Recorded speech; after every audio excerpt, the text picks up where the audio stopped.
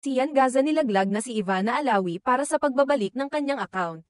Hindi pa rin muling naibabalik hanggang ngayon ang personal na Facebook page ng kontrobersyal na internet personality na si Sian Gaza na nakapangalan bilang Christian Albert Gaza. Ang nasabing page ay may milyon-milyong followers bago ito nawala sa social media platform. Dahilan upang marami ang magtaka at magtanong kung ano ang tunay na nangyari, agad umani ng mga reaksyon mula sa netizens ang biglaang pagkawala ng kanyang page. Marami ang nag-akala na may mga makapangyarihang individual sa likod ng pagpapatanggal nito.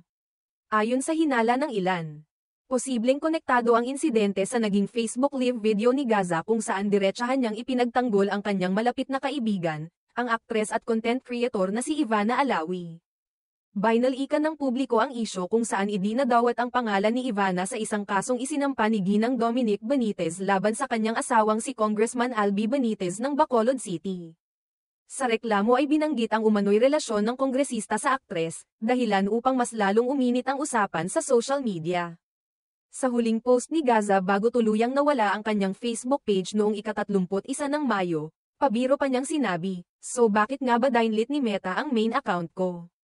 Mga Mars, follow na kayo, mag-live tayo, good news and bad news. Paramihin lang natin ng konti. Share and follow mga Mars." Kasunod nito ay may dagdag pa siyang komento. Pati si Lolo Meta nakuha ng mga Benitez.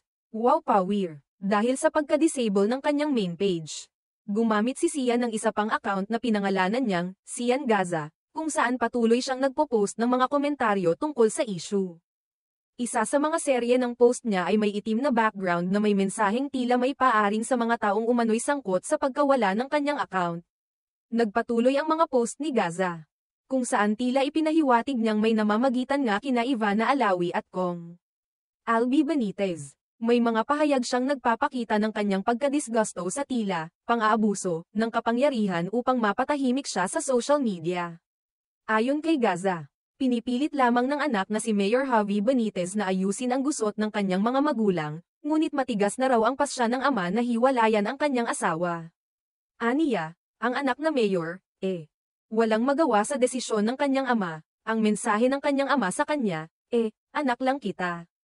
Wala kang karapatan na diktahan ako. Apakaganda mo, Mars Ivana. Dagdag pa niya, hindi nyo rin masisisi yung padre de pamilya, napakaganda naman kasi sobra ni Mars Ivana Alawi. Hindi rin nagdalawang isip si Gaza na umapela kay Ivana sa kanyang mga post. Pabirong pakiusap niya, Mars Ivana Alawi, pakisabi naman sa jowa mo, tantanan na ako.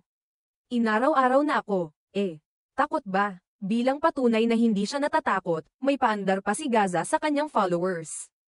Kung saan nagtanong siya kung may kilala silang nagbebenta ng bulletproof vest. Aniya, mag-update na lang ako mga Mars kung may tages na sa tagiliran ko.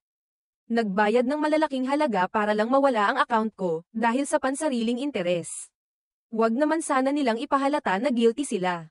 Sa kabila ng lahat, patuloy si Sian Gaza sa kanyang paglalantad ng mga isyong sa tingin niya ay dapat pag-usapan. Marami man ang pumupuna sa kanyang estilo at mga pahayag. Hindi may kakaila na patuloy siyang sinusubaybayan ng publiko, lalo na kapag may bagong kontrobersya siyang ibinubulgar.